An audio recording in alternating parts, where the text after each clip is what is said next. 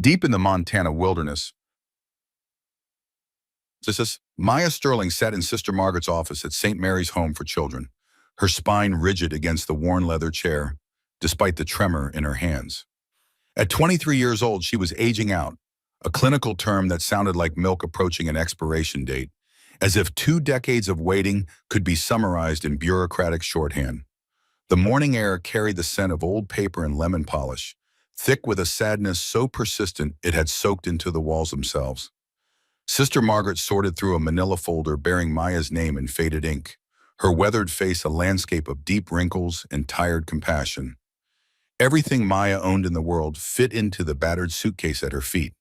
$47 in cash, 3 changes of clothes held together by stubbornness, and a coat too thin for the coming winter. Her long black hair hung in a practical braid down her back, and her dark, almond-shaped eyes held a quiet strength that came from learning early that no one else would fight your battles. The nun's pale blue eyes held something Maya had rarely seen in them: uncertainty. As you know, we keep records of anything left with the children when they arrive. Sister Margaret's voice emerged soft and careful, each word measured. In your case, you were found on our steps on a February night in 2002, wrapped in a blue blanket. You were perhaps 3 days old. Maya had heard this story before, had clung to its meager details like a drowning person to driftwood, but she nodded and waited. The telling never got easier. Sister Margaret reached into her desk drawer and pulled out a small cloth bag, the fabric so old it had turned brittle with time. From it, she extracted a rusted key, its metal worn smooth in places, its teeth still sharp and defined. Attached by a piece of twine was a folded piece of yellowed paper. This was pinned to your blanket. The item slid across the polished wood. There was a note with it, just 5 words: keep the key safe for her. Maya's breath caught in her throat as she picked up the key, its weight somehow heavier than it should be, its cold metal burning against her palm. She unfolded the paper with trembling fingers and saw an address written in faded blue ink: 4247 Ridge Trail Road, Cascade Falls, Montana. Below it, in different handwriting, was a notation added by the orphanage: property held in trust, taxes paid by automatic transfer, contact if needed. We tried to trace it over the years. Sister Margaret's voice carried old frustration, the kind that came from hitting walls repeatedly until your knuckles bled. The bank transfers came from an account set up decades ago, designed to pay the property taxes automatically. The law firm that established the trust dissolved in 2015. 3 months ago, the payments stopped.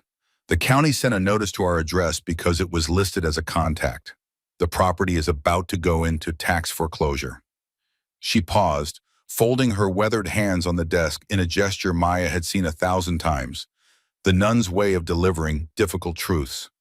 I don't know what you'll find there. I don't know if it's a gift or a burden, but someone wanted you to have that key, wanted you to find that place. Someone cared enough to make sure it waited for you. Maya stared at the rusted key, at the address that represented the only tangible connection she had ever had to the phantom people who had left her on cold stone steps 23 years ago. For the first time in her life, she felt the stirring of something beyond the ache of abandonment. She felt the beginning of a purpose. The bus from the city to the outskirts of Cascade Falls took most of her money, leaving her stranded at a desolate highway rest stop as the sun began its descent toward the jagged peaks of the Montana Rockies.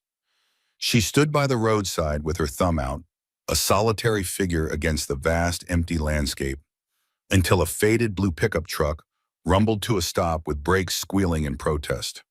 The driver was a man in his 60s, his face weathered and kind beneath a worn baseball cap, his flannel shirt bearing the logo of a long-defunct lumber company. He took one look at her threadbare jacket and the determination in her young face and told her to get in without asking for explanations. They drove in comfortable silence for the first hour, the highway unwinding before them like a ribbon through increasingly wild and unforgiving terrain. The man finally spoke as they passed a rusted sign marking the turnoff for Cascade Falls, his voice carrying the weight of someone who had seen too much of the world's dark corners. "You got family up in Cascade?" The question hung in the air between them, though his tone suggested he already knew the answer. Maya shook her head, clutching the paper with the address. "Just a property I inherited, Ridge Trail Road." His hands tightened on the steering wheel, his jaw working as if chewing on words he wasn't sure he should speak. That's old mining country up there. Cascade Falls used to be a boomtown back in the 90s. Silver and copper. But the mine played out and the company pulled out. Most folks left. He paused, glancing at her with genuine concern in his eyes. The ones who stayed, well, they got their reasons, and not all of them are good reasons. He shifted in his seat, the leather creaking. These old mining towns, they got dark histories, miss. Companies that cared more about profit than people. Accidents that weren't accidents, and a lot of families that got hurt along the way. Whatever you're looking for up there, just be careful. The landscape outside the window had transformed from rolling hills into something altogether more hostile. Towering pines crowded the narrow road, their branches forming a canopy so thick that the afternoon light struggled to penetrate, casting everything in perpetual twilight. The pavement gave way to gravel, and then the gravel gave way to a rutted dirt track that climbed steadily higher into the mountains. They passed abandoned homesteads with windows like empty eye sockets, the rusted hulks of old mining equipment slowly being reclaimed by the forest. The truck struggled with the incline, its engine groaning, and Maya could feel the temperature dropping with each mile, the air growing thin and sharp. Finally, they reached a spot where the trail ahead narrowed to little more than two overgrown ruts disappearing into a dense thicket of undergrowth. The driver pulled to a stop and pointed. Ridge Trail Road, or what's left of it. I can't take the truck any further without tearing out the undercarriage. You sure about this?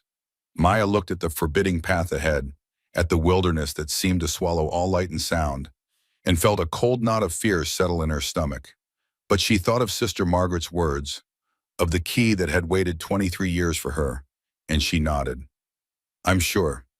He reached behind the seat and pulled out a flashlight, pressing it into her hands, along with a worn canteen filled with water. Then you take these. It'll be dark in a few hours.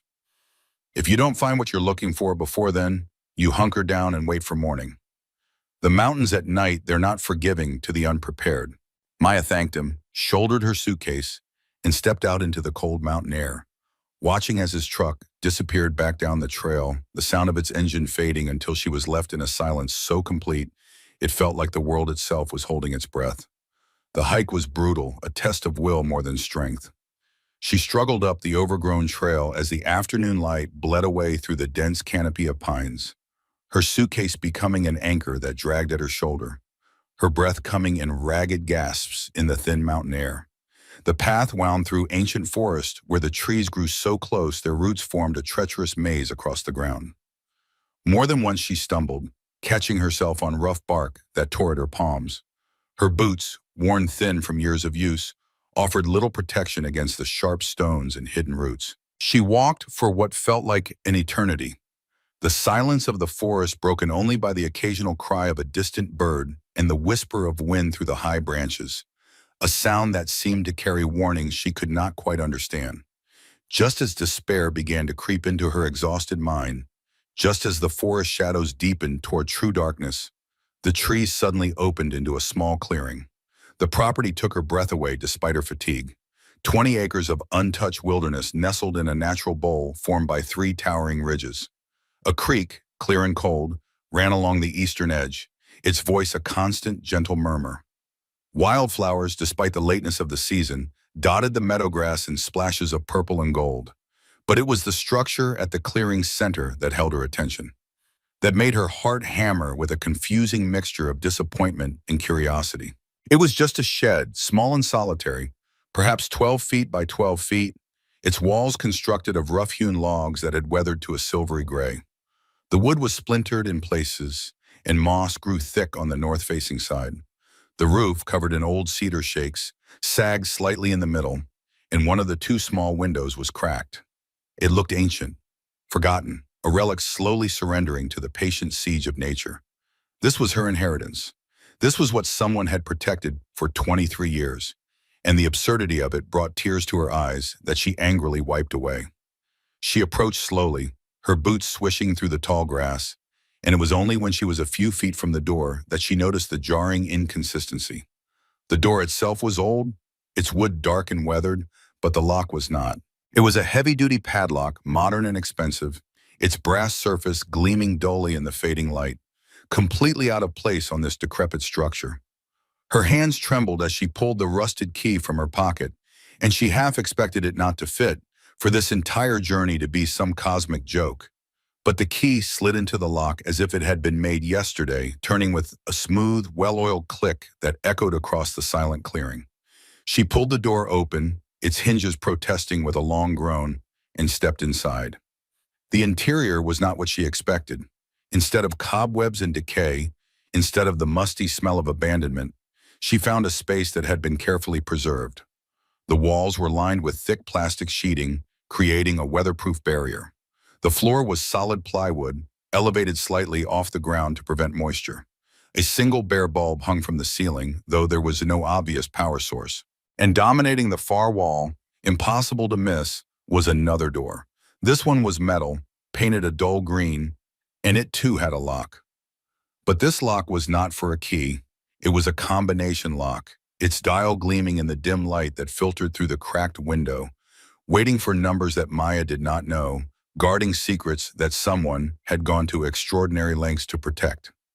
She stood in the outer room for a long moment, staring at the combination lock on the metal door, her mind racing through possibilities. She had no numbers, no code, no instruction manual for this impossible puzzle. The frustration that welled up in her chest was sharp and bitter, the feeling of being so close to answers, yet still locked out, still on the outside looking in at a life that should have been hers.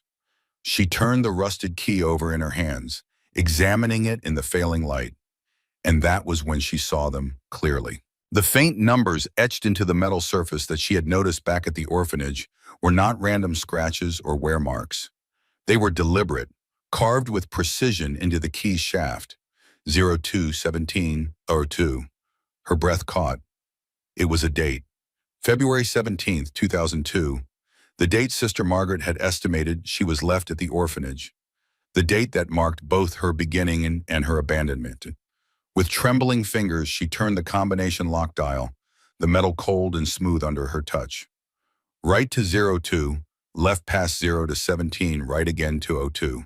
For a heartbeat, nothing happened, and she thought she had been wrong, that it was just another dead end.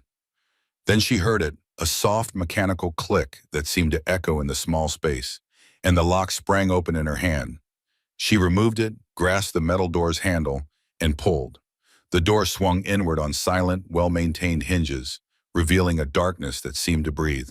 She fumbled for the flashlight, clicked it on, and the beam cut through the black, illuminating a space that made her gasp. The inner room was larger than the outer shell suggested, extending back into what must have been a carefully excavated space beneath the earth.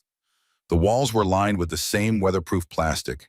The air that flowed out was cool and dry, perfectly preserved, carrying no scent of decay or moisture. Along the left wall stood a simple metal cot with a neatly folded wool blanket. Along the right wall were stacked dozens of banker's boxes, the kind used for long-term document storage, each one labeled with dates in neat black marker. 1994, 1995, 1996, continuing in sequence all the way to 2002. It was a timeline, a life's work carefully cataloged and protected. But it was the small wooden table in the center of the room that drew Maya forward like a magnet, that made her heart stop and then restart with a painful lurching rhythm. On its surface sat a framed photograph, and even in the flashlight's harsh beam, even through the layer of dust that had settled on the glass over the years, she could see the image clearly. It was a young woman, perhaps in her late 20s, with long black hair and high cheekbones, with almond-shaped dark eyes that held both fierce intelligence and profound tenderness. She was sitting in what looked like this very clearing, the shed visible in the background, and she was holding a newborn baby wrapped in a blue blanket. The woman's face was turned down toward the infant, her expression one of such pure love and desperate sorrow that it seemed to reach across the decades and grab Maya by the throat. The resemblance was undeniable, impossible to dismiss. The woman in the photograph could have been Maya's twin, separated only by the gulf of 23 years. This was not a stranger who had abandoned an unwanted child on orphanage steps. This was her mother. And the baby in her arms was Maya herself, The question that had haunted her entire life suddenly had a terrible new dimension. If her mother had loved her this much, if she had gone to these extraordinary lengths to leave something for her, then what had happened? What had torn them apart? And why had Maya been left with nothing but a key and a lifetime of wondering? She spent the first hour simply standing in that underground room, the flashlight beam moving from box to box, trying to comprehend the magnitude of what she had found. Finally, driven by a need that was almost physical, she pulled down the nearest box, the one labeled 1994, and carried it to the small table, carefully moving the photograph aside. Inside were leather-bound journals, the covers embossed with the seal of the Montana Department of Natural Resources, and loose papers secured with rusted clips. She opened the first journal, her hands shaking so badly she could barely turn the pages, and began to read. The handwriting was precise, almost architectural in its neatness, the script of someone trained to document the world with exacting detail. The entries detailed geological surveys, topographical measurements, water table assessments, and soil compositions. They were technical, methodical, and at first glance, utterly mundane. But they were signed at the end of each week with a name: Catherine Sterling, field surveyor. Maya read for hours, working through journal after journal, watching as the routine work of a government surveyor unfolded across the pages. Catherine, Cat, had been thorough, brilliant even, her observations revealing a mind that saw patterns where others saw only rock and dirt. She documented everything: the mineral compositions of ridgelines, the seasonal variations in creek flow, the subtle shifts in vegetation that indicated changes in underground water sources. This shed, Maya realized, had been her field office, a remote outpost where Cat had spent weeks at a time conducting the lonely, essential work of mapping the bones of the mountains. As Maya moved through the boxes, advancing through the years of Cat's career, she found personal details woven between the technical entries. Brief mentions of a small apartment in Cascade Falls, of friendships with locals, of a love for this wild, unforgiving landscape that leapt off the page. There were sketches in the margins, beautiful detailed drawings of birds and wildflowers, evidence of an artist's eye behind the surveyor's precision. And then, in a box labeled 2001, tucked between two journals in a manila envelope that had been sealed with tape, Maya found it: her birth certificate. The paper was official, stamped and registered with the state of Montana, dated February 14, 2002. The hospital was listed as Cascade Falls Memorial. The attending physician's signature was illegible. And there, in the space for the mother's name, typed in neat capitals, Catherine Sterling. The space for the father's name contained a single word: unknown. Maya stared at the document, at the legal proof of her existence, at the name of the woman who had given birth to her. Catherine Sterling, her mother, not some faceless ghost who had abandoned her out of cruelty or indifference, but a woman with a name, a career, a life carefully documented in the boxes that surrounded her. She pressed the certificate to her chest, her breath coming in short, sharp gasps, tears streaming down her face in the beam of the flashlight. She had a name. After 23 years of being nobody's daughter, of being a file in a folder, of being a face without a history, she had a name. Catherine Sterling had been a geological surveyor, a scientist, an artist, and a mother. And this place, this carefully preserved room buried in the Montana wilderness, was not just a shed, it was a message. It was a legacy. It was Cat reaching across the divide between life and death to tell her daughter, I existed. You came from someone, and you were loved. Maya wiped her tears and forced herself to continue reading, driven by a need to understand not just who her mother was, but what had happened to her. She pulled down the box labeled 2001, the year before her birth, and found journals that marked a dramatic shift in tone. The entries from early that year began routinely enough, with Cat conducting her standard surveys of water tables and aquifer recharge rates in the valley surrounding Cascade Falls. But in March of 2001, the technical language gave way to something else, something urgent and alarmed. Cat had been commissioned to conduct a comprehensive survey of the underground water systems that fed the valley, a routine assessment requested by the county water board after several local wells had inexplicably run dry. She approached it methodically, drilling test wells, measuring water pressure, collecting samples, and mapping the flow patterns deep beneath the surface. What she found should not have been possible. The valley sat above a massive underground aquifer, a vast reservoir of ancient water trapped in porous limestone formations, fed by snowmelt that percolated down through hundreds of feet of rock. It was the lifeblood of the entire region, feeding every well, every creek, every spring for 50 miles. Cat's measurements showed that the aquifer's water levels had dropped by nearly 40 feet in just 3 years, a catastrophic decline that should have taken decades. She wrote in increasingly distressed entries about her confusion, about the laws of hydrology being violated, about something fundamentally wrong with the system. Then, during a survey of the ridgeline on the eastern edge of the valley, she found it. Hidden in a narrow canyon, concealed by dense forest and accessible only by an old mining road that had been gated and posted with no trespassing signs, were 6 industrial wells. They were massive, sophisticated drilling operations with high-capacity pumps and miles of pipeline disappearing into the mountainside. The wells bore no identification markers, no permit numbers, no signs of official approval. Kat photographed everything, her notes growing sharp with anger. She traced the pipelines through the forest, following them for hours until they converged at a pumping station cleverly disguised as an old mine ventilation building. The station was feeding water directly into the processing facilities of Silver Peak Mining Corporation, the company that had operated the silver and copper mines in the area for 30 years. She estimated, based on pump capacity and running hours, that Silver Peak was extracting between 3 and 5 million gallons per day, enough water to supply a small city. All of it taken without permits, without environmental review, without any acknowledgement that the resource even existed. The math was brutal and clear. The company had been stealing water for years, draining the aquifer that generations of families depended on, causing wells to run dry, forcing people to haul water from town, destroying the delicate balance of an ecosystem that had existed for millennia.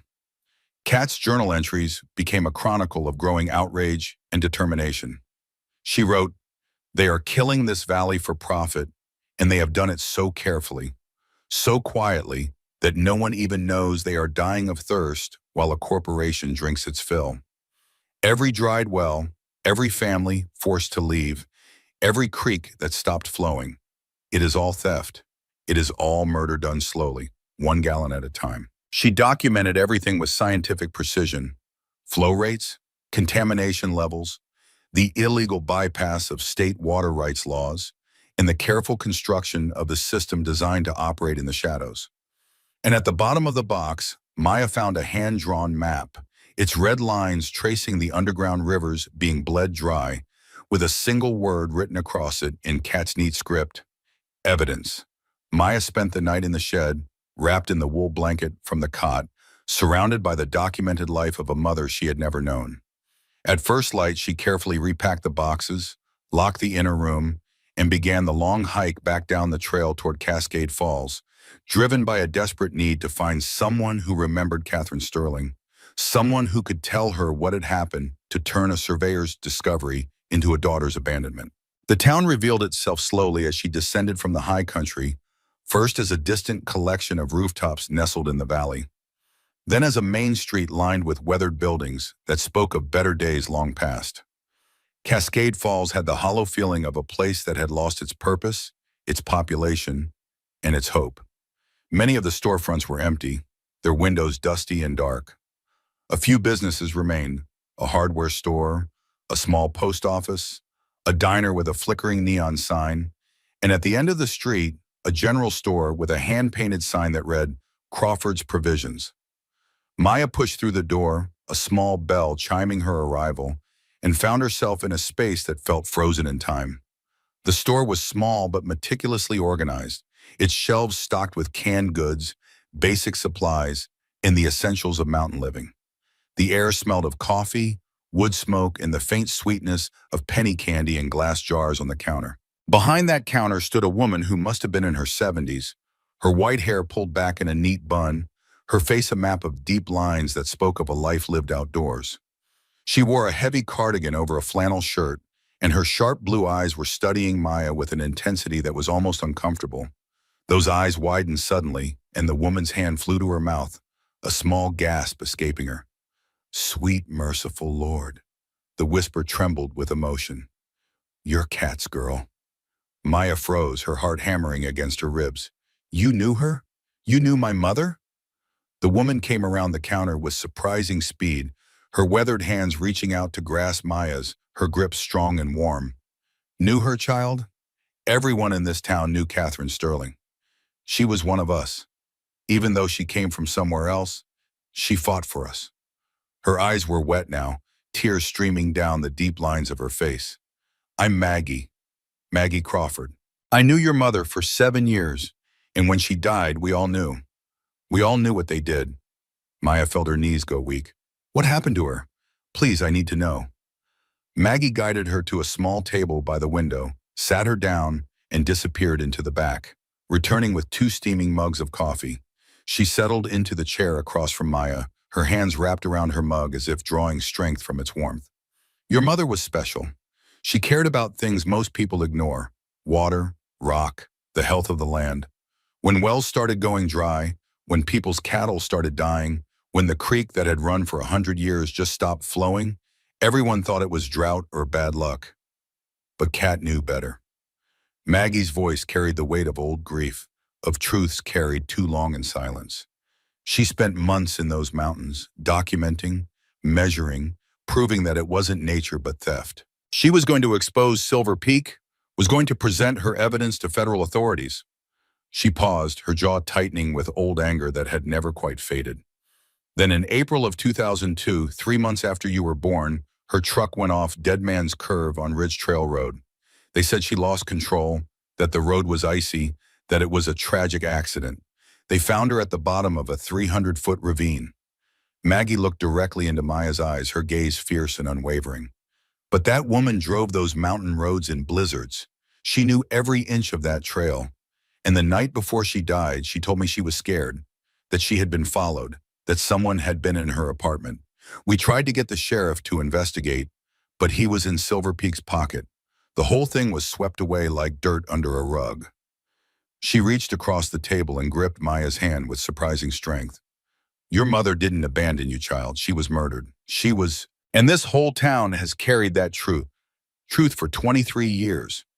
Maggie made a phone call from the ancient rotary phone behind her counter, speaking in low, urgent tones. And within 20 minutes, an old pickup truck pulled up outside the store. The man who emerged was in his late 70s, his weathered face bearing the deep bronze of Native American heritage, his long silver hair pulled back in a braid. He moved with the deliberate grace of someone who had spent a lifetime reading the language of mountains and weather. Maggie introduced him simply as Daniel Blackwood, and when his dark eyes met Maya's, she saw recognition and profound sorrow flicker across his features. They sat at Maggie's table, and Daniel spoke in a voice like stones rolling in a river, slow and measured. "Kat hired me as her field assistant in 1998. I knew these mountains, knew the old trails, the hidden places. I helped her with her surveys, carried her equipment, showed her where the water ran deep beneath the stone. She was the most thorough person I ever met, the most dedicated to truth." He paused, his gnarled hands folding together on the table. "In 2001, when she found Silver Peak's illegal wells, she knew what it meant. She documented everything, collected water samples showing arsenic and mercury contamination from the mining runoff they were pumping, gathered proof that would destroy the company. She was methodical, building a case that could not be dismissed or buried." His voice grew heavier, each word weighted with the burden of years. By early 2002, she had enough. She scheduled a meeting with the Environmental Protection Agency for April 15th. She was going to hand them everything. Daniel's eyes glistened with unshed tears. But Kat wasn't naive. She knew Silver Peak had people watching, knew they had infiltrated local law enforcement. 2 weeks before her meeting, she came to me late at night. She was terrified but determined. She told me she had hidden copies of her evidence, that if anything happened to her, someone needed to know where it was, needed to keep it safe until her daughter was old enough to decide what to do with it. His weathered hand reached across and covered Maya's. She had set up a trust fund, automated payments for the property taxes, a system that would run for 20 years. She gave me access to manage it, made me promise I would watch over that land until you came. The night of April 13th, the night before she was supposed to drive to Helena for her meeting, I got a call from her. She said someone had tampered with her truck, that she was going to take the back roads. That was the last time I heard her voice. The next morning, they found her at the bottom of Dead Man's Curve. The sheriff ruled it accidental before the sun went down. He looked at Maya with an intensity that made her breath catch. I have kept my promise for 23 years. I paid those taxes. I watched that property, and I waited. Your mother was murdered for trying to save this valley, and now you carry her truth. Daniel led Maya on a different trail, one that wound through forest before opening onto a hillside overlooking the valley. There, surrounded by a rusted iron fence, was the Cascade Falls Cemetery, a small plot of land where generations of the valley's families had been laid to rest. He walked directly to the eastern section, the newest part, and stopped. Maya followed and felt her breath leave her body. Before her stretched rows and rows of graves, their headstones stark white against the green grass, clustered so closely together they formed a monument to loss. Daniel began to read them aloud, his voice heavy with grief that had never quite healed. Margaret Dawson died 1998, age 47, cancer. Her husband Paul died 1999, age 50, cancer. The Henderson family, 3 children, died between 2000 and 2001, all birth defects. Robert Crawford, Maggie's husband, died 2000, age 53, kidney failure. Sarah Chen, no relation to your mother, died 2001, age 32, leukemia, leaving behind twin daughters. He moved through the rows, each headstone a name, a date, a life cut short. The official causes varied: cancers of every kind, organ failures, mysterious wasting diseases, children born with catastrophic defects who lived only days or weeks. The doctors called it a cluster, said it was bad luck, genetics, random chance. But your mother knew, Daniel said quietly. She knew it was the water.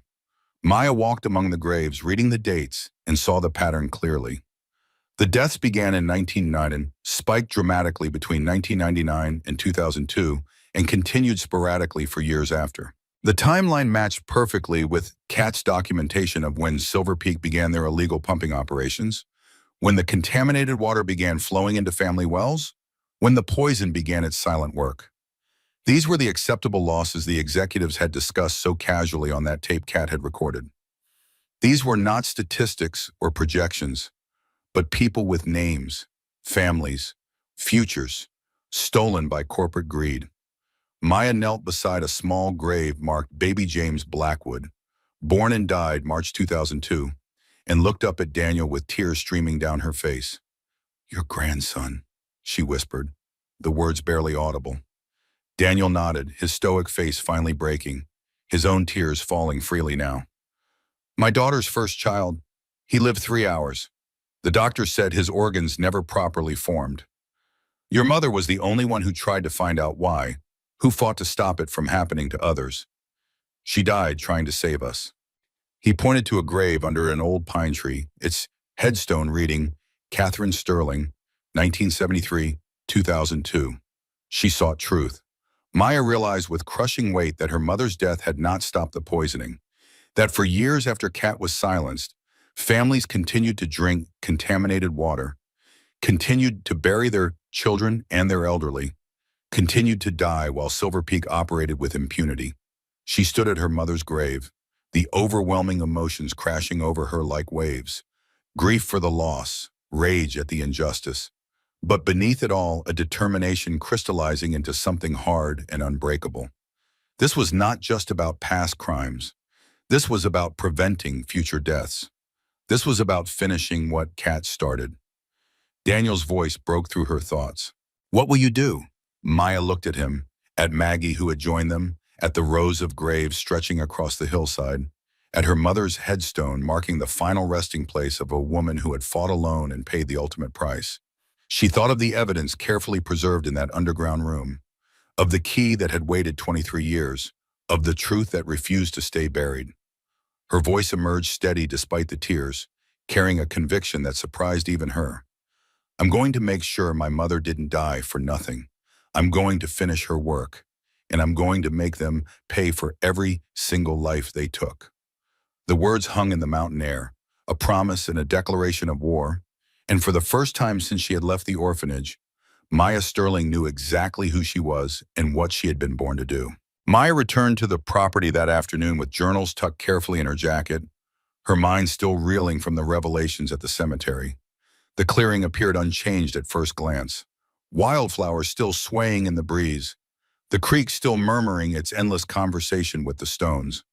But something felt wrong the moment she stepped from the tree line. A disturbance in the natural order, subtle as a held breath, that made the hair on the back of her neck stand up. The new padlock she had secured that morning lay in the grass, its shackle cleanly severed. The cut was professional, surgical, bolt cutters wielded by someone who knew exactly what they were doing. The door to the outer room stood slightly ajar, moving almost imperceptibly in the wind, like a mouth trying to speak. Maya approached slowly, every survival instinct she had developed in 23 years of institutional living screaming at her to run. She pushed the door fully open and felt her blood turn to ice water in her veins. The outer room had been methodically searched with the kind of thoroughness that spoke of training and purpose. The plastic sheeting had been torn away from the walls in strategic places, not vandalized but examined. The floorboards near the corners had been pried up, exposing the dirt beneath. Someone looking for hidden compartments, for secondary caches. But it was the inner room that showed the true extent of the intrusion. The metal door stood open, its combination lock dangling uselessly from one hinge where it had been forced. Every banker's box had been open, their contents rifled through with professional efficiency that was somehow more violating than chaos would have been. Papers were scattered across the floor in patterns that suggested systematic examination rather than random destruction. Journals lay open and discarded, their spines cracked in its specific pages. Yet nothing appeared to be missing. The photographs remained, the birth certificate was still in its envelope, the hand-drawn maps with their damning annotations lay undisturbed. Whoever had done this was not interested in theft. They were interested in assessment, in understanding exactly what Maya had found, what she now knew, what she was capable of proving. It was a message delivered through violation. On the small wooden table placed precisely in the center, where it could not possibly be missed, was a business card. Maya picked it up with hands that had started to tremble despite her best efforts to remain calm. The front was printed on heavy, expensive stock with raised lettering that spoke of corporate money and power.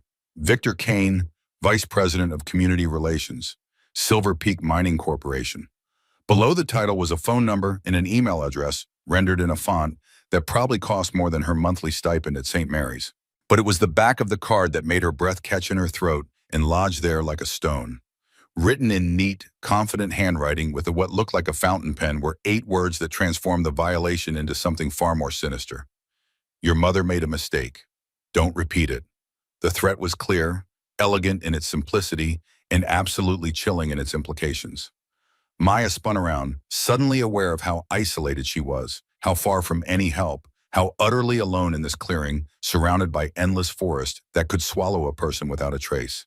They had been watching her. They knew she had come to town, knew she had spoken to Maggie and Daniel, knew she had found her mother's evidence, and understood its implications. The same people who had killed Catherine Sterling 23 years ago knew that her daughter had returned, and they were letting her know that history could repeat itself with terrible ease. She clutched the business card, feeling her fear transform into something harder, something that burned cold and bright in her chest. They thought she would be frightened into silence, that she would run like any sensible person should. But as she stood in that violated room, surrounded by her mother's life's work scattered across the floor, Maya realized she was done running from ghosts and shadows. She had spent her entire life being afraid, afraid of being unwanted, afraid of not belonging, afraid that the emptiness inside her was all there would ever be. Now she had a name, she had a purpose, and she had proof that the people who had stolen her mother from her were still out there, still poisoning families, still murdering with impunity behind corporate logos and political connections. She was securing the scattered papers back into their boxes when she heard it, a sound so faint she almost dismissed it as wind through the pines, a soft, pitiful whimpering that seemed to come from somewhere beyond the shed's walls. She froze, listening intently, and it came again, weaker this time, unmistakably the sound of an animal in distress. Maya grabbed the flashlight and stepped out into the gathering dusk, following the sound to the edge of the clearing where the forest grew dense and wild. There, tangled in a vicious snarl of old barbed wire that must have been part of some long-forgotten fence line, half hidden in the undergrowth, was a dog. He was a young German shepherd, perhaps 2 years old. His thick coat a striking mix of silver gray and pure white that made him look almost ghostly in the fading light. He had struggled against the wire, and the barbs had torn through his fur in a dozen places, leaving streaks of blood matted against his side and legs. When he saw Maya approach, he didn't growl or snap or show any of the aggression she might have expected. He simply looked at her with intelligent amber eyes that held both pain and a strange, desperate hope, as if he had been waiting specifically for her. Maya approached slowly, speaking in soft, soothing tones she remembered using with frightened children during her brief stint helping in the orphanage's nursery. The dog watched her but did not fight as she carefully began to untangle the wire from his body, wincing each time a barb pulled free and fresh blood welled up from the wounds beneath. It took nearly 30 minutes of patient, painstaking work, her fingers growing numb in the cold, her back aching from the awkward position. But finally he was free. She expected him to bolt into the forest, to disappear into the wilderness with that peculiar dignity wounded animals often display. Instead, he simply collapsed at her feet, his breathing labored, his body trembling with exhaustion that went beyond the physical. She couldn't leave him like this. Maya gathered the dog, surprised by his weight, by the solid muscle beneath the blood-matted fur, and carried him into the shed, laying him on the overturned cot she righted with one hand. Using the first aid supplies she had found in one of Kat's boxes, she cleaned his wounds with water from the creek, applied antiseptic that made him whine softly, and wrapped the worst of the gashes with gauze that quickly soaked through pink before the bleeding finally stopped. Throughout the entire process, he remained unnaturally calm, his eyes never leaving her face, as if he understood she was helping him, that she was safe. That night, Maya slept on the floor beside the cot, listening to the dog's breathing gradually even out, the labored gasps giving way to something deeper and more regular. She named him Ghost for his ghostly silver-white coat, for the way he had appeared in her life like something conjured from need and solitude. Daniel arrived the next morning in response to Maya's call from town, his old truck bouncing up the trail with supplies she had requested. He stood in the doorway of the shed and stared at the dog, sleeping peacefully beside Maya, with an expression of deep surprise that quickly transformed into something like wonder. Wild dogs roam the old mine areas, abandoned pets, strays, survivors of God knows what. They're usually skittish, dangerous even. More wolf than pound after a generation or two out here. He knelt and examined Ghost more closely, his weathered hands gentle despite their strength, checking the bandages and the healing wounds beneath. But this one is different. He's calm, trained even. See how he positions himself between you and the door? That's a protective stance. That's not instinct. That's training. Daniel looked at Maya with something approaching awe in his dark eyes. This is Ridge, or rather, his descendant. Kat had a German shepherd she trained for wilderness protection, for those weeks alone up here. Same silver-white markings, same protective instinct. Ridge disappeared the week after Kat died. We thought he'd run off wild, couldn't bear to be around people after losing her. His voice dropped to barely above a whisper. It's like she's been watching over you, like she sent him to protect you when you'd need it most. With Ghost recovering beside him, Maya returned to the systematic examination of her mother's evidence with renewed focus and a growing sense of urgency that went beyond mere curiosity. She pulled down the boxes from late 2001 and early 2002, the final months of Kat's investigation, and found they contained not just journals but thick folders of scientific reports, each one a damning piece of a larger, horrifying puzzle. The water sample reports were meticulously organized, each one sealed in a plastic sleeve with a label indicating the date, location, and depth of collection. Maya spread them across the table and read with mounting horror as the numbers told their terrible story. Sample after sample showed arsenic levels 30 times above the EPA safe limit, lead concentrations that would cause irreversible neurological damage in children and adults alike. Mercury readings high enough to poison entire families with a single glass of water drawn from their own wells. The contamination was not limited to the illegal wells themselves, but had spread through the aquifer like poison in a bloodstream, carried by the underground currents to wells miles away, to springs that fed cattle, to creeks where children played and families fished. Cat had documented the source with scientific precision that would hold up in any court. The contamination came from decades of mining waste that Silver Peak had illegally dumped into old shafts, waste that was now leaching into the water they were pumping and distributing throughout the valley. But the water reports were only the beginning. Maya found folders containing photocopies of permits that Cat had proven were forged, bearing the signatures of state officials who, when contacted by Cat, had claimed never to have seen them. There were bank records showing payments from Silver Peak shell companies to county inspectors, to the local sheriff, to a state senator whose name Maya recognized from news reports she had seen on the television in the orphanage common room. Cat had built a map of corruption that reached from the valley floor all the way to the state capitol, a web of complicity that had allowed a corporation to poison a community for profit, while the very people charged with protecting public safety looked the other way or actively participated in the cover-up. And then, at the bottom of the final box, Maya found a small cassette tape in a clear plastic case, labeled simply, Executive Meeting, March 2002. Her hands shook as she pulled out an old portable tape recorder from another box. Cat must have used it for field notes, and inserted the cassette. The voices that emerged were clear and businesslike, discussing quarterly projections and operational costs with the casual tone of men who believed they were utterly untouchable, who had never once considered that their words might someday be used against them. Then one voice, deeper and more authoritative than the others, cut through the corporate jargon with a question that made Maya's blood run cold. What about the health complaints, the surveyor's investigation? Another voice, younger and nervous, replied with words that would echo in Maya's mind for the rest of her life. We've calculated the exposure levels. Statistically, we're looking at maybe 20 to 30 excess cancers over the next decade, some developmental issues in children, acceptable losses given the revenue stream. The surveyor is a problem we're handling separately. The first voice responded with chilling indifference. Good, make sure it's clean. The tape ended.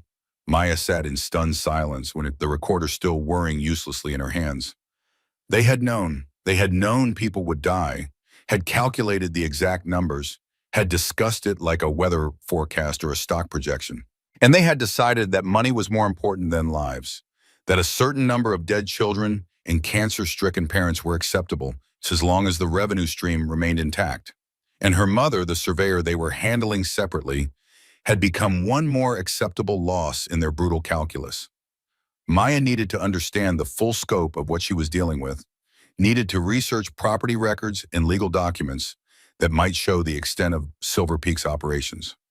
She drove 40 miles to the Flathead County Courthouse, an imposing stone building with tall columns flanking heavy oak doors that seemed designed to intimidate rather than welcome.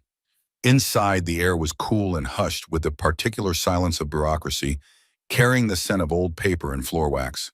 The records department was a warren of offices filled with filing cabinets and the quiet hum of computers, overseen by a young woman whose name tag identified her as Amy Porter. Amy looked up from her work with a friendly smile that seemed genuine, her eyes curious but not intrusive. How can I help you? Maya explained she wanted to research property records for the area surrounding Ridge Trail Road, and Amy's fingers flew across the keyboard with practiced efficiency. But after a moment, her expression shifted, from routine helpfulness to confusion, then to something that looked like genuine concern. That's strange. Her voice dropped, and she glanced around to see if anyone was listening. There are property records for your area, but massive sections have been sealed by court order. I can see that transactions occurred, but I can't access the buyer information, the sale prices, or even the legal descriptions. I've worked here for 5 years and I've never seen this level of restriction on public records. Maya felt her pulse quicken. Is there any way to see what's behind the seal? Amy bit her lip, clearly wrestling with something internal. She looked at Maya for a long moment, taking in her desperate expression, the circles under her eyes that spoke of sleepless nights, and seemed to make a decision. If anyone asks, you didn't get this from me. I could lose my job. But something about this feels wrong, and I've heard rumors about Silver Peak for years. Things people whisper but never say out loud. She stood and gestured for Maya to follow her into a back room lined with boxes and old filing cabinets that looked like they hadn't been disturbed in decades. The digital records are sealed, but the original paper files from before 2010 are still here. They're supposed to be restricted too, but nobody ever checks. Nobody even remembers they exist. Amy pulled down 3 heavy accordion files, their labels indicating property transactions from 1995 through 2005. Maya spread the documents across a dusty table, and Amy helped interpret the legal language that might as well have been a foreign tongue for all Maya could make of it initially. What emerged was a pattern so systematic it could only have been orchestrated over years, executed with the patience of a predator that knows its prey has nowhere to run. Starting in 1997, shell companies with innocuous names, Mountain Vista Holdings, Cascade Property Trust, Western Land Development, had begun purchasing parcels surrounding Maya's 20 acres.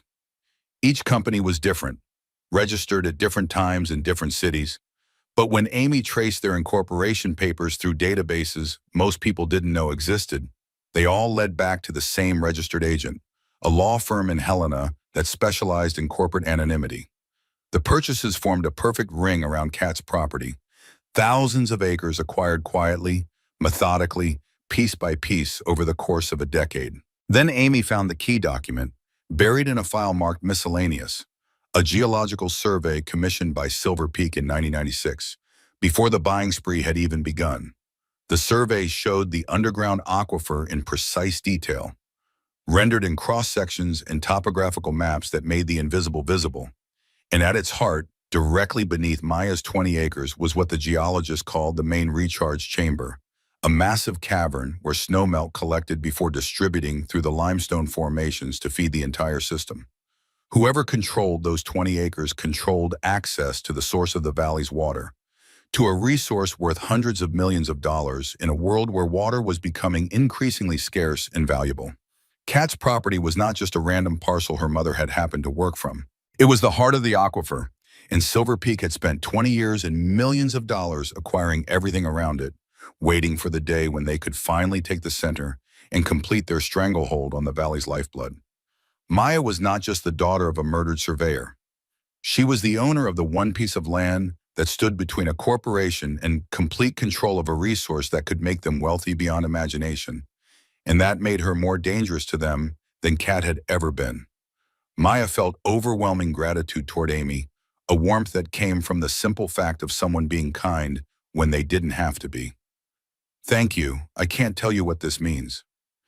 Amy seemed genuinely concerned, her eyes soft with empathy. I wish I could do more. Let me keep searching. Maybe there are more records hidden in other files. And here, Amy scribbled an email address on a slip of paper. Use this encrypted service for anything sensitive. They monitor everything around here.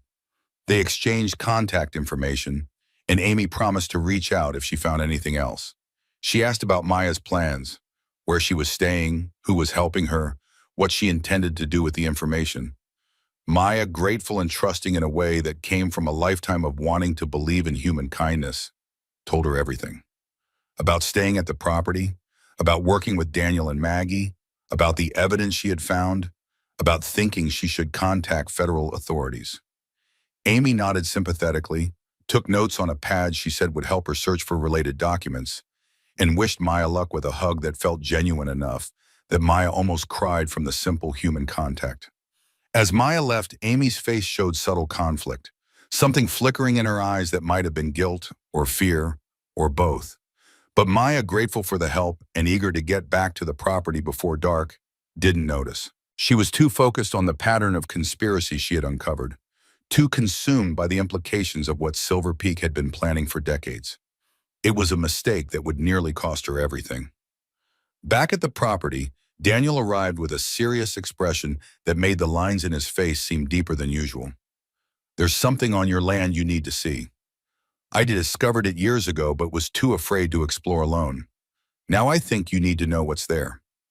He led Maya and Ghost, who refused to be left behind, his protective instincts already fully engaged, to the far northern edge of the 20 acres, where the land rose sharply into a rocky hillside thick with pine and scrub oak.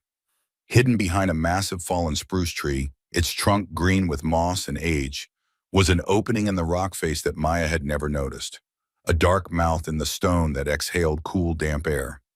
Daniel clicked on a powerful flashlight, and they entered. Ghost pressed close to Maya's leg, his ears flat with unease. The passage was narrow at first, the walls bearing the chisel marks of miners from a century past, men who had carved these tunnels by hand in search of silver and copper. But after 50 feet, the passage opened into a larger tunnel, and that was when Maya heard it, a deep, rhythmic thrumming that vibrated through the stone beneath her boots, the unmistakable sound of industrial pumps running at full capacity. The tunnel had been recently expanded, the walls showing fresh tool marks that hadn't yet weathered. Along the floor ran massive black pipes, each one at least 3 feet in diameter, disappearing into the darkness ahead like metal serpents.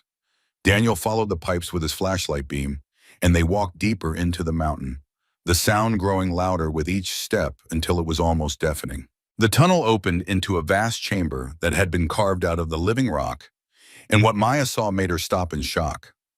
It was a full-scale industrial operation hidden beneath her land, a cathedral of theft built in secret over years, or perhaps decades.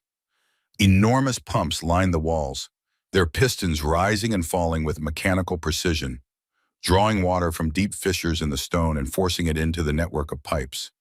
Generators roared, powering banks of lights that illuminated the space in harsh, white brilliance. The air was thick with the smell of diesel fuel and ozone, and the floor was slick with condensation. This was not the simple illegal well operation her mother had discovered on the ridge. This was something far larger, far more sophisticated, far more expensive, a full extraction facility that must have cost millions to construct and required ongoing maintenance and operation by people who knew exactly what they were doing. Daniel moved along the chamber's edge and found what he was looking for, a metal cabinet bolted to the wall, its door bearing a Silver Peak logo. Inside were rolled engineering drawings and survey maps. Maya spread them on top of the cabinet, her hands shaking as she read the technical annotations and projections. The maps showed the aquifer in cross-section, with a detail that went far beyond CAT surveys, and the plan was laid out with terrifying clarity. Silver Peak intended to install 16 additional high-capacity pumps in this chamber, extracting every drop of water from the main recharge zone, draining the aquifer completely over a projected 2-year period. A handwritten note in the margin, dated just 3 months ago, made Maya's blood run cold. Geological assessment confirms probable subsidence event within 18-24 months of full extraction. Surface collapse radius estimated at 3 to 5 miles. Evacuation protocols to be developed. They knew. They knew that draining the aquifer would cause the limestone formations to fail, that the valley would literally collapse into a massive sinkhole, that homes and roads and entire communities would be swallowed by the earth.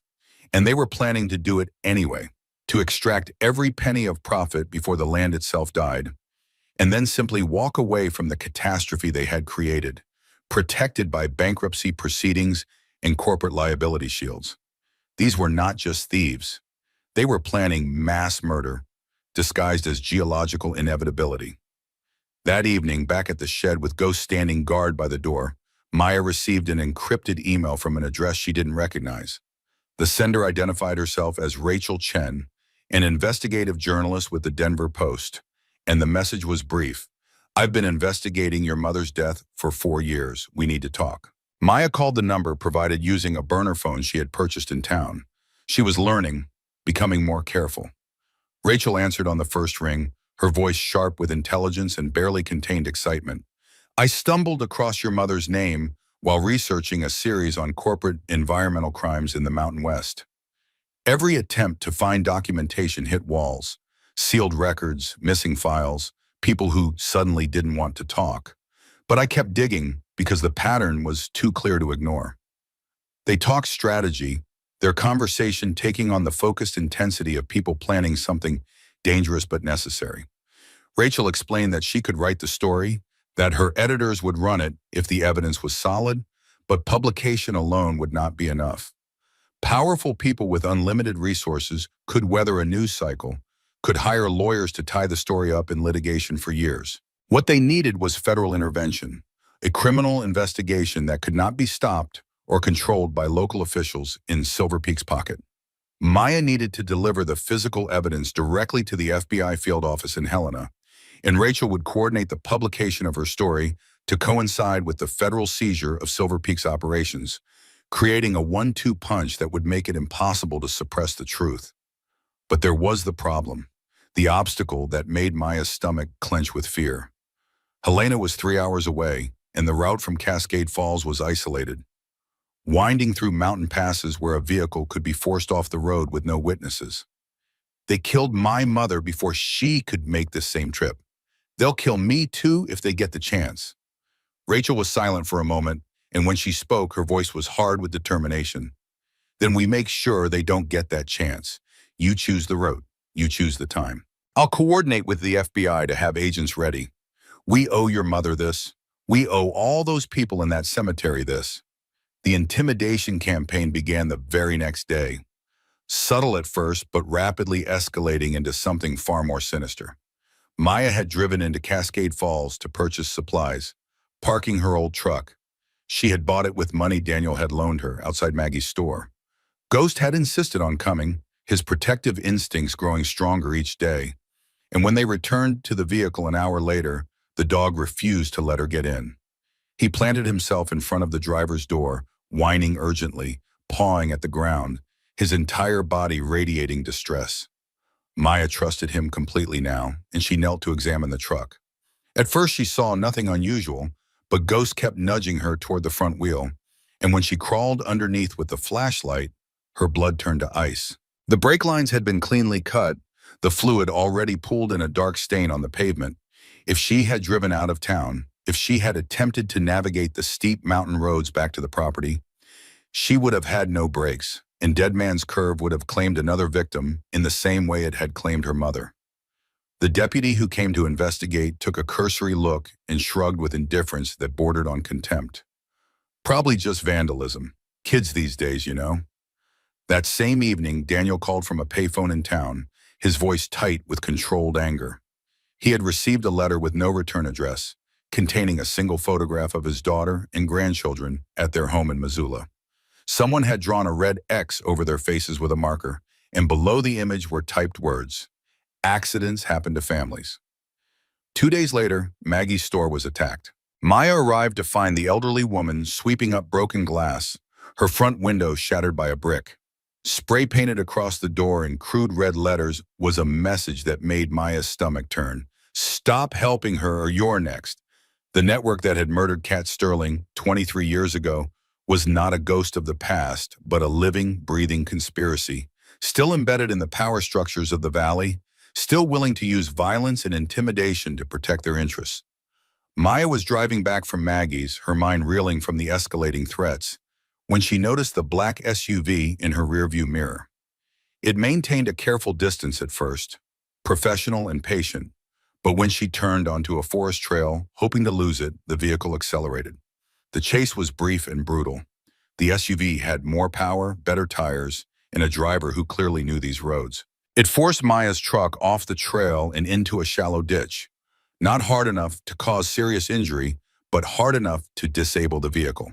2 men in tactical gear emerged and approached with the confident stride of people who had done this before. "Miss Sterling, Mr. Kane would like to have a chat with you." They grabbed her arms, one on each side, and began dragging her toward their vehicle. Then Ghost erupted from the truck's passenger side like a silver fury, 80 pounds of trained protection instinct and genuine rage. He bit one man's arm hard enough to make him scream, and when the other man reached for his weapon, a rifle shot cracked through the forest. Daniel positioned somewhere on the ridge above, firing a warning that kicked up dirt inches from the second man's feet. The men released Maya and retreated to their SUV, speeding away down the trail as Ghost returned to her side, his muzzle still curled in a snarl that showed teeth designed by evolution to tear and rend. Daniel climbed down from his position, his face grim. They're getting desperate. That means you're close to something they can't afford to have exposed. Maya sat on the ground beside her damaged truck, her body shaking with adrenaline and the aftermath of fear. But beneath the fear was something else, something that crystallized into clarity as she looked at Daniel, at Ghost, at the forest around them. She had been reactive, defensive, making mistakes because she was alone and scared and inexperienced in the kind of war she had stumbled into. She needed to take control, to be proactive instead of constantly responding to their moves. But the question that haunted her as Daniel helped her back to the property was simple and terrible. How could she fight people who had infinite resources, political connections, and a demonstrated willingness to kill anyone who threatened them? The answer, she realized as darkness fell over the clearing and Ghost pressed against her side, was that she couldn't fight them alone. She needed allies, needed federal intervention, needed the kind of institutional power that could match their corporate and political influence. And she needed to move fast, before they escalated from intimidation to something final and irreversible. But first, she needed to survive long enough to get the evidence into the right hands. And that, Maya was beginning to understand, was going to be the hardest part of all. The radio forecast came through 3 days later on Maya's battery-powered receiver, the announcer's voice grave with warnings of a massive winter storm system moving down from Canada. An early-season blizzard that would bring heavy snow, high winds, and whiteout conditions to the Montana mountains, beginning late that evening and lasting potentially 48 hours. All mountain roads would become impassable, all travel inadvisable, and residents of remote areas were urged to stock supplies and prepare to shelter in place. Maya was reinforcing the shed's windows when the black SUV appeared in the clearing for the second time, but this visit carried a different energy. Victor Kane emerged alone, without the security guards who had flanked him before. His expensive outdoor gear was rumpled, his usually perfect silver hair disheveled, and his face carried the haggard look of a man who had not slept in days. He walked toward the shed with his hands raised in a gesture of surrender, and when he spoke, the smooth corporate polish had fractured to reveal something raw beneath. Please, just listen to me for 5 minutes. That's all I ask. Maya stood in the doorway with Ghost growling low beside her, and curiosity won out over caution. She nodded but said nothing, and Kane stopped 10 feet away, as if respecting an invisible barrier. You think we're monsters, and maybe you're right, but you need to understand the whole picture. Silver Peak is bankrupt. We've been hemorrhaging money for 3 years because the easy ore is gone, commodity prices have collapsed, and we've got massive environmental cleanup obligations from our old operations. The only thing keeping us afloat, the only thing standing between survival and liquidation, is the water rights deal. His voice carried a tremor that might have been genuine desperation. We've got investors lined up, a contract with agricultural interests in California worth $300 million. That money would save the company, would save the jobs of 800 people, families who depend on those paychecks, who have mortgages and children and lives built around this valley. If you expose us, if you hand over your mother's evidence, the company folds. Those 800 people lose everything. The investors walk away. The valley becomes a ghost town, and everyone suffers, not just us. He paused, and when he continued, his words carried the logic of a man who had convinced himself that evil was merely pragmatism wearing an ugly face. Your mother was an idealist who didn't understand that the world runs on compromise, on balancing harm against benefit. Yes, some people got sick, and that's tragic. But progress has a cost. We were going to compensate the families, going to clean up the water eventually, but we needed time. Maya stared at him, stunned by the audacity of reframing corporate murder as economic necessity, of transforming decades of poisoning into an unfortunate but unavoidable sacrifice for the greater good. Before she could respond, Kane's expression hardened, the mask of desperation sliding back to reveal the predator beneath. I'm not here to beg. I'm here to give you one final chance. The storm hits in 6 hours. Once it does, this property will be completely cut off from help for at least 2 days. Accidents happen in storms, Miss Sterling. Structures collapse under the snow load. People freeze when their heat sources fail. Sometimes they just disappear into the white and are never found until spring thaw. He took a step closer, his voice dropping to something almost intimate. Give me the evidence now. Sign over this property. $500,000 case you can start a new life anywhere in the world, safe and comfortable. Refuse, and I promise you, when they find your body after the storm, it will be ruled a tragic accident, just like your mother. Maya met his cold eyes and felt something settle in her chest. Not fear, but clarity, the kind that comes when all pretense burns away and you see exactly what you're facing. Get off my property. Kane turned and walked back to his SUV, pausing before he climbed in to deliver his final words across the clearing. You remind me of her. Same stubbornness, same misguided idealism. It got her killed. It'll get you killed too. Last chance, Miss Sterling.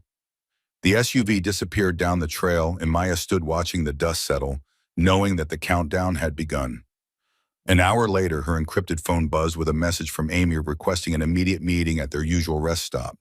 The urgency in the text made Maya's instincts scream danger, but the phrasing included their code phrase, the one they had established to verify authenticity. She left Ghost with Daniel, who had arrived to help prepare for the storm, and drove through the gathering clouds toward what she thought was an ally.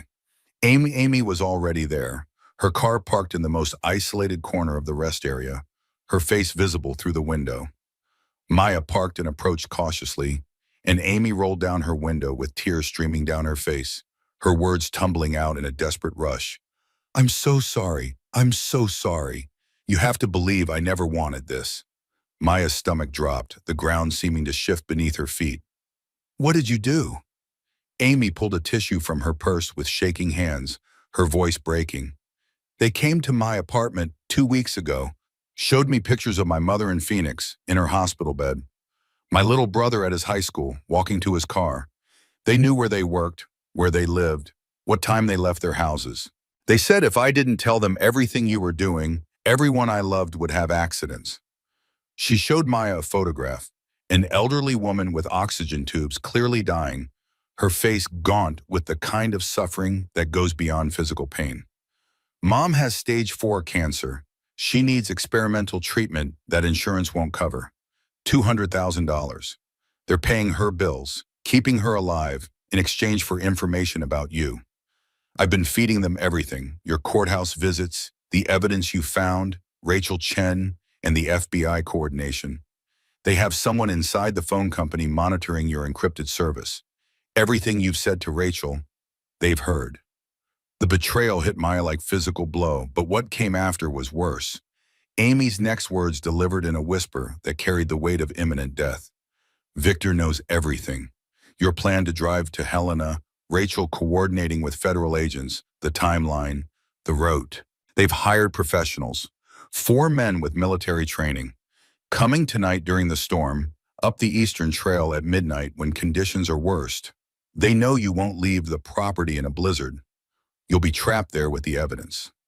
Amy handed over a folded piece of paper, her hands trembling so badly she could barely hold it. Their approach wrote, timeline, equipment list, even some of their names. I heard Kane on the phone with the team leader. Orders are clear, retrieve evidence, eliminate witnesses, make it look like the shed collapsed under snow, that you froze or were crushed, a tragic accident.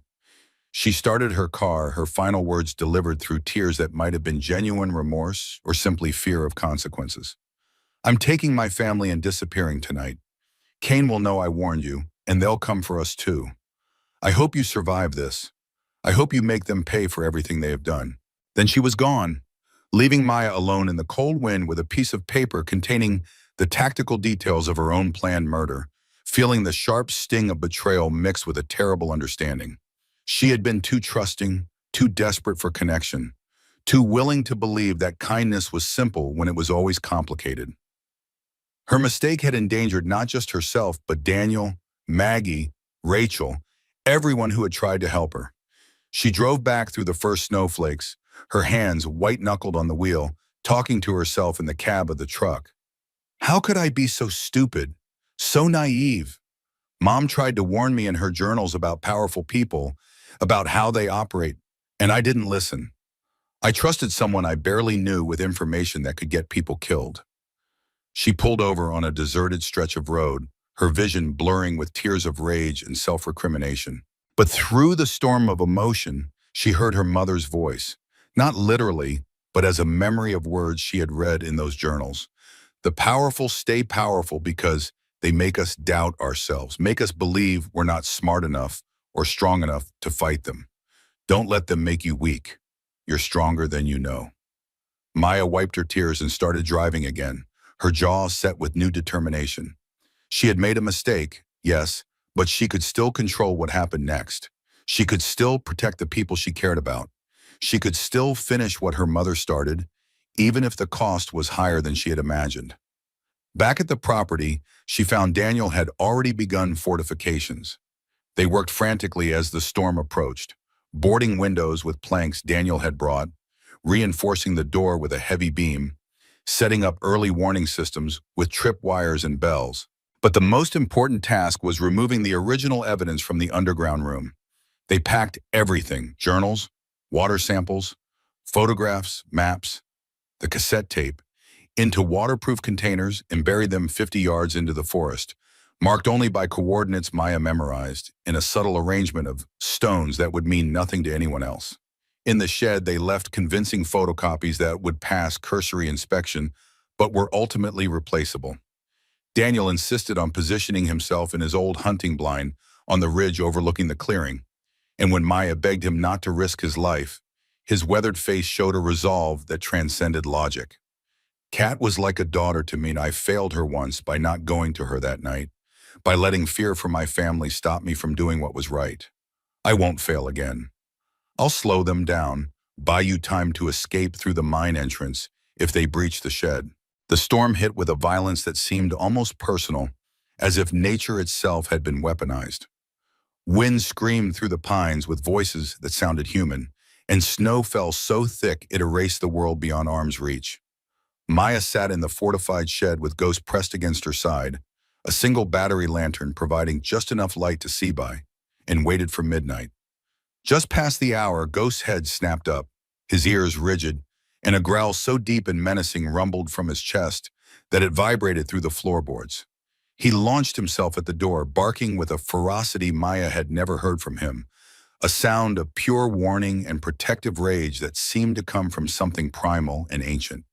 She killed the lantern and moved to the window, peering through a gap in the boards. Through the swirling white chaos, she saw them. 4 figures in white winter camouflage moving with military precision through the blizzard, dressed in gear that made them nearly invisible, carrying assault rifles held at ready positions. Their faces were obscured by balaclavas and night vision goggles, and they moved in a formation that spoke of training and experience. They spread out to surround the shed, and one approached the door while the others took positions at the corners. His voice came amplified and distorted by the wind.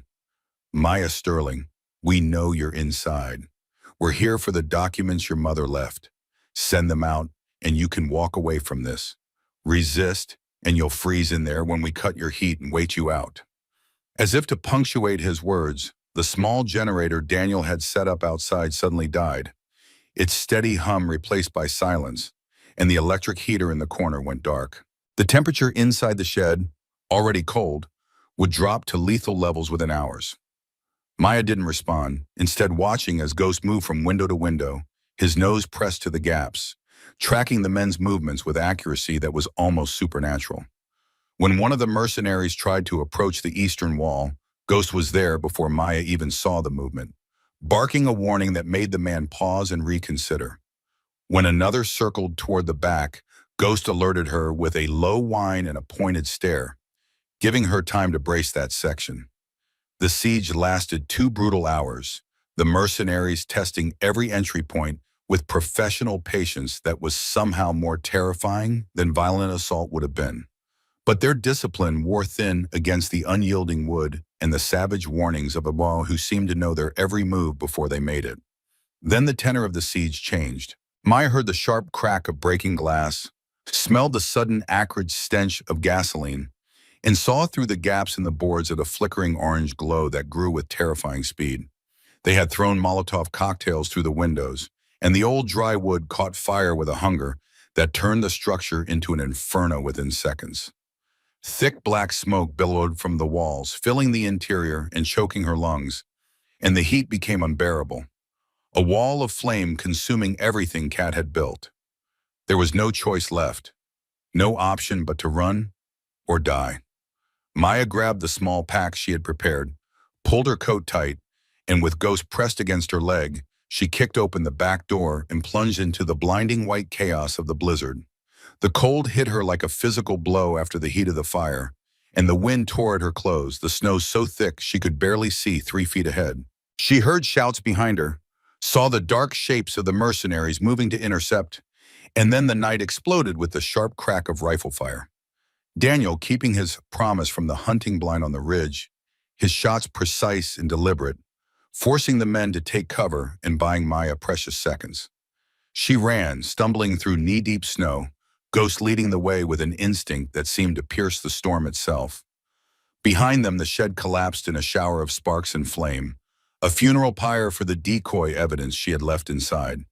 She heard more rifle fire, Daniel's shots coming in rapid succession now, and she ran toward the northern edge of the property, toward the hidden mine entrance that only she and Daniel knew about. Ghost reached the fallen spruce first, squeezing through the gap, and Maya followed, scraping her shoulders on stone as she pushed into the darkness of the tunnel. Bullets struck the rock face behind her, chipping stone and sending shards flying. But then she was inside, swallowed by the mountain's cold embrace. She could hear the mercenaries shouting to each other, coordinating their pursuit, and she clicked on her flashlight for just a second to orient herself before killing it and moving deeper into the mind by memory and touch, one hand on Ghost's back, feeling his muscles tense and shift as he navigated the darkness. The mine was the labyrinth she remembered from her exploration with Daniel, a maze of passages that branched and twisted, some leading to dead ends, others to vertical shafts that dropped into bottomless black. Maya used her memorized layout to lead the pursuers deeper, taking turns that seemed random but were carefully calculated to confuse and separate them. Behind her, she heard the men enter, heard their tactical lights sweeping the walls, heard their confident voices calling out positions. But Ghost heard more. He stopped suddenly, his body rigid, and guided Maya down a narrow side passage just as two of the mercenaries passed within feet of where they had been standing moments before. The dog could hear their breathing, smell their sweat, sense their presence in the absolute darkness, and he became Maya's eyes and ears in a deadly game played in the belly of the mountain.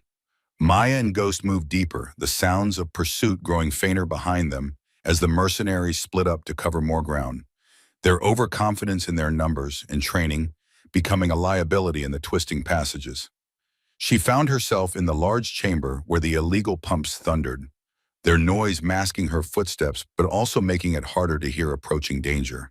Pressed against the wall to avoid a sweeping tactical light, she noticed what she had missed on her first visit, a small alcove behind the generator bank, barely visible, with fresh chisel marks around its edges that suggested recent excavation. She squeezed into the space with Ghost following, and her searching hands found cold metal, a heavy waterproof vault of the kind used to protect documents in disaster zones, secured with a combination lock. Her fingers traced the dial in the darkness, and she tried the only numbers that mattered. 02-17-02, her birthday, the date that had unlocked everything else. The lock clicked open with a sound that seemed too loud in the confined space. Inside was another complete set of evidence, meticulously organized and sealed in plastic. Kat had thought of everything, had planned for every contingency. But it was the letter on top, written in Kat's precise hand on waterproof paper, that made Maya's breath catch, and tears streamed down her face as she read by the faint glow of her shielded flashlight. "My dearest Maya," the letter began, and the words that followed reached across 23 years to embrace her. "If you are reading this, then I am Mo, and you have grown up without me, and for that I am so profoundly sorry. I need you to know that leaving you was the hardest thing I have ever done, but it was the only way to keep you safe. The letter detailed Kat's discovery that the federal prosecutor she had sent evidence to had been killed in what was called a robbery, how she knew they were coming for her next, how she had planned to meet with the EPA and then disappear with Maya to somewhere they could never be found. New identities prepared, a life waiting far from these mountains. But they moved faster than she anticipated, and time ran out.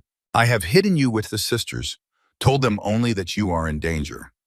I have left you this key because someday, when you are strong enough, when you are old enough to fight battles I could not win, you will return here and finish what I started.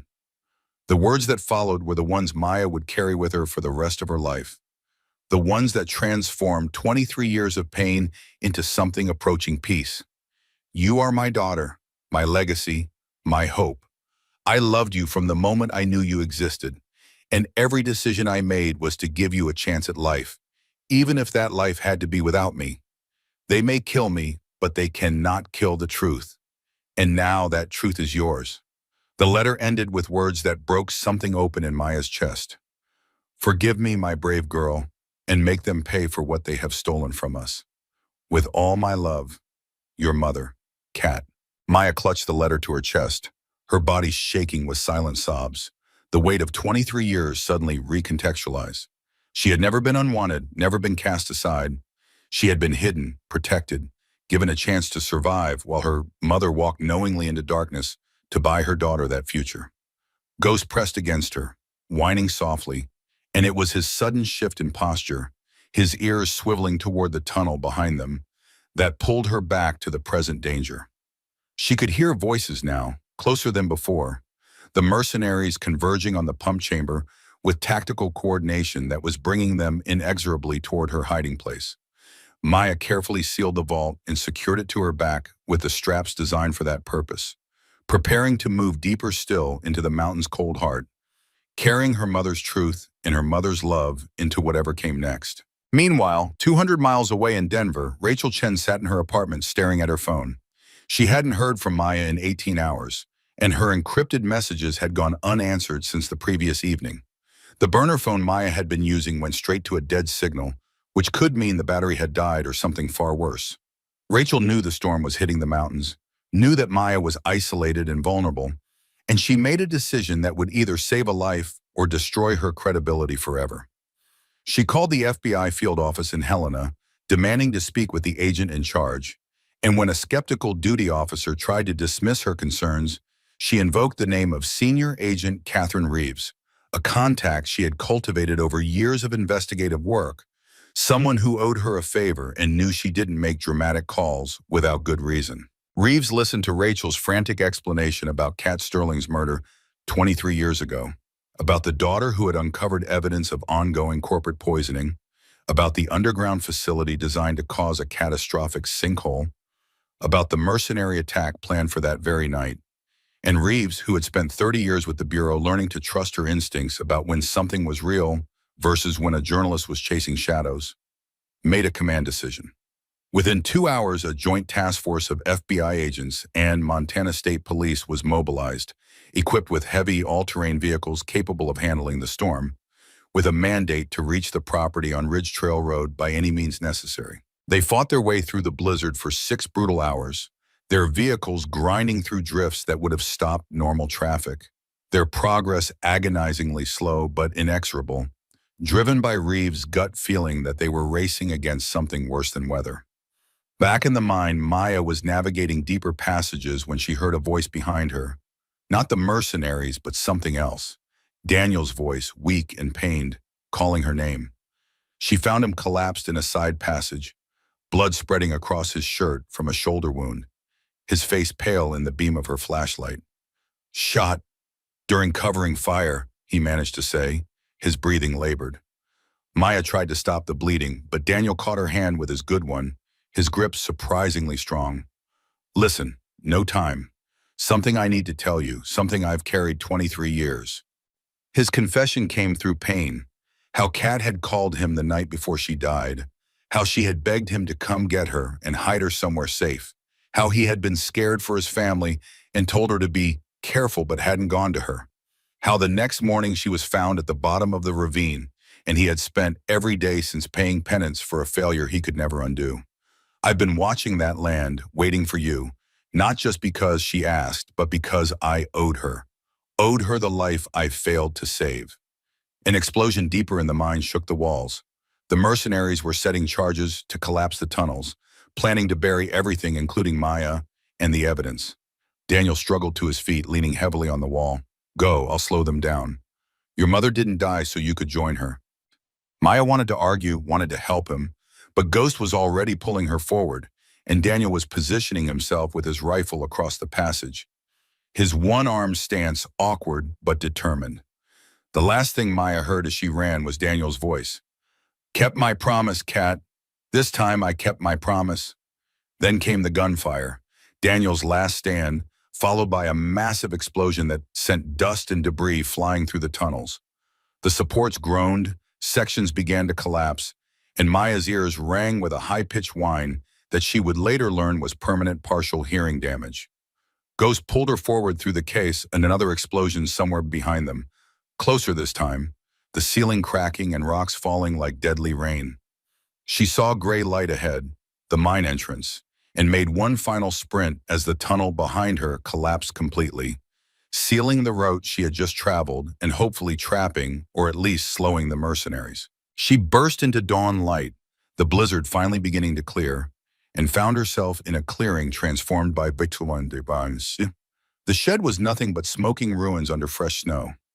3 mercenaries were positioned at the mine entrance they had been working on, frantically setting explosive charges on support beams, clearly intending to collapse the entire structure and bury Maya inside. Then sirens wailed across the valley, cutting through the morning air with the sound of authority and rescue, and federal vehicles roared into the clearing. FBI and Montana State Police, heavily armed and equipped for extreme conditions, their loudspeakers booming commands. Drop weapons, surrender, you are surrounded. The mercenaries, caught in the act of attempted murder, found themselves surrounded by a force they couldn't fight or intimidate. 3 surrendered immediately, their hands raised, their faces showing the resignation of professionals who knew when a mission had failed catastrophically. The 4th tried to run, plunging into the forest, but a K-9 unit brought him down within 50 yards, and he was dragged back in handcuffs. Agent Catherine Reeves shouted into the mine entrance, her voice echoing down the dark passages. Maya Sterling, FBI, you're safe. For a long, terrible moment, there was only silence. Then came a sound that made every person in that clearing stop and listen. The sharp, urgent barking of a dog. A sound that seemed to carry not just through the tunnels, but up from the very depths of the earth. Ghost was calling them home. 2 agents entered with lights and ropes following the sound, and 20 minutes later, Maya emerged from the darkness like a ghost herself. Her face was blackened with soot, her clothes torn, her body shaking with exhaustion and cold. But she was alive, clutching a waterproof vault to her chest as if it were the most precious thing in the world. Ghost walked beside her, his gray-white coat matted with dirt, his amber eyes fierce with protective vigilance that wouldn't calm until Maya was wrapped in thermal blankets and surrounded by federal agents whose badges and weapons declared her finally, truly safe. She handed the vault to Reeves with trembling hands, her voice raw from smoke and emotion. This is everything. This is what my mother died for. Make it count. At the same moment, 200 miles north at the Canadian border crossing at Sweetgrass, Montana, Victor Kane sat in his black SUV with hastily packed belongings and a briefcase full of cash. Border Patrol agents ran his identification through their system, and he maintained his calm corporate smile even as the system flagged his name with a federal warrant issued just an hour earlier. He was pulled from his vehicle, his wrists secured with handcuffs, his protests about lawyers and rights falling on the indifferent ears of agents who had been briefed about Silver Peak mining and the deaths in Cascade Falls. As he was led away, he looked back at the mountains one final time, at the empire he had built on poison and lies, now crumbling into ruins he could not escape. Paramedics brought Daniel down from the collapsed mine section, where agents had found him barely conscious. He was alive but critically wounded, gunshot through the left shoulder, his left arm crushed by falling rock, significant blood loss. Maya ran to him as they loaded him into an ambulance, taking his good hand in hers. "You saved me. You kept your promise." Daniel's eyes opened briefly, focusing on her with difficulty. "Kept my promise, Kat," he whispered, the past and present blurring together. "This time, kept my promise." They drove him away to emergency surgery that would save his life, but cost him the permanent use of his left arm. The price paid for heroism and redemption, earned too late to erase old guilt, but soon enough to matter when it counted most. 3 months later, spring arrived in the valley with a gentleness that felt like forgiveness. Snow melted to reveal tender green shoots pushing through dark earth, and the creek ran clear and cold, swollen with meltwater that sparkled in brilliant sunshine. Maya stood in the clearing on her property, now legally protected as the Catherine Sterling Conservation Easement, a designation that meant it could never be developed or sold or touched by the kind of greed that had destroyed so many lives. Rachel's story had run on the front page of the Denver Post and been picked up by national outlets. The photographs of the cemetery and the water sample reports and the recorded conversation of executives discussing acceptable losses, creating a firestorm of public outrage that no amount of corporate lawyers could contain. Federal prosecutors moved with speed that surprised even Rachel. Silver Peak dissolved, its executives facing murder conspiracy charges. But some escaped. Senator Monroe's suicide 2 days before arrest. Sheriff Hayes cutting a deal for 3 years instead of 20. Maya was angry about that.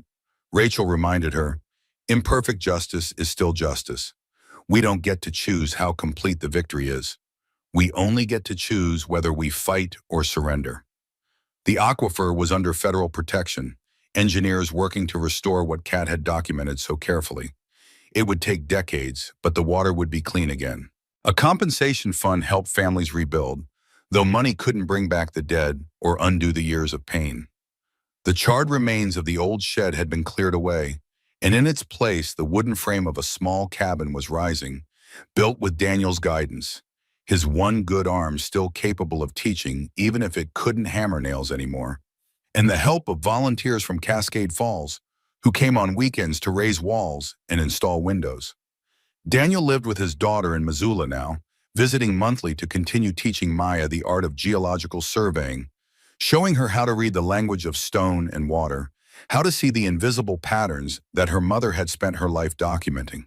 He wore his injury like a badge earned rather than a wound suffered, but Maya saw the pain in his eyes sometimes, the guilt he still carried for that night 23 years ago when he didn't go to Kat, mixed with pride that he had finally kept his promise when it mattered most.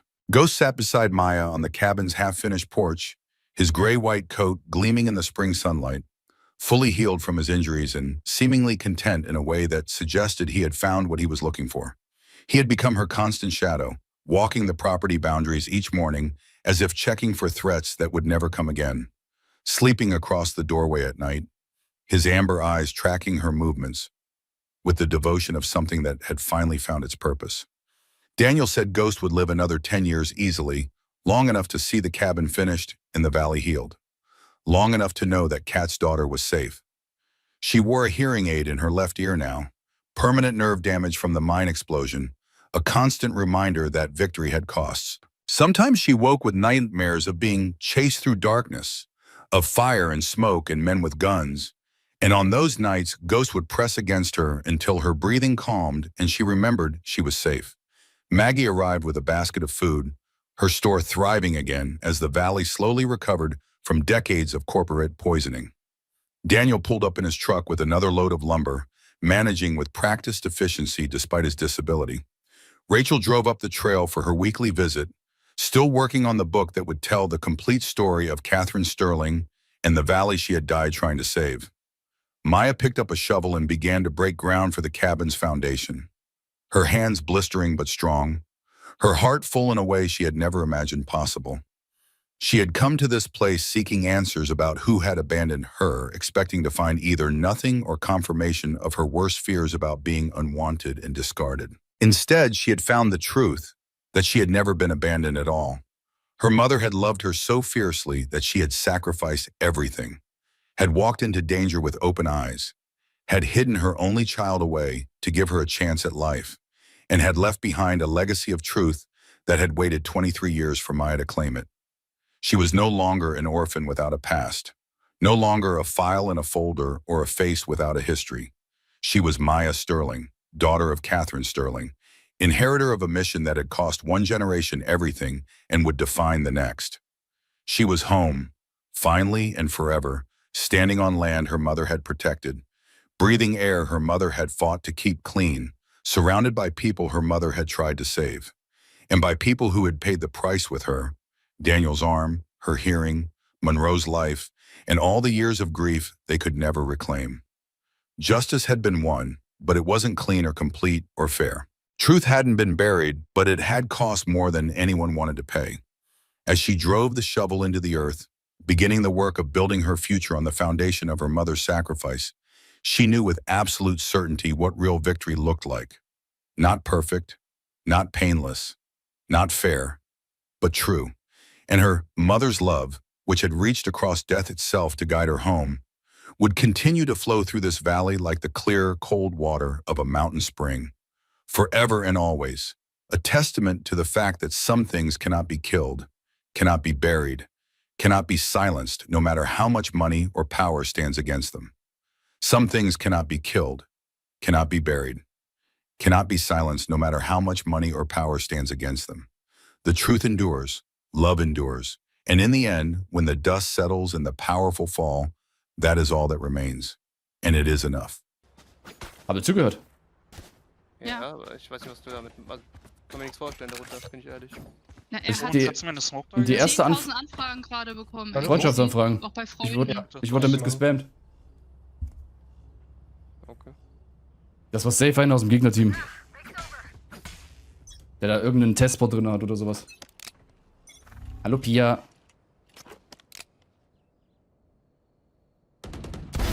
Habt ihr Renner? Da ist noch Einer war noch da Elbow. irgendwo.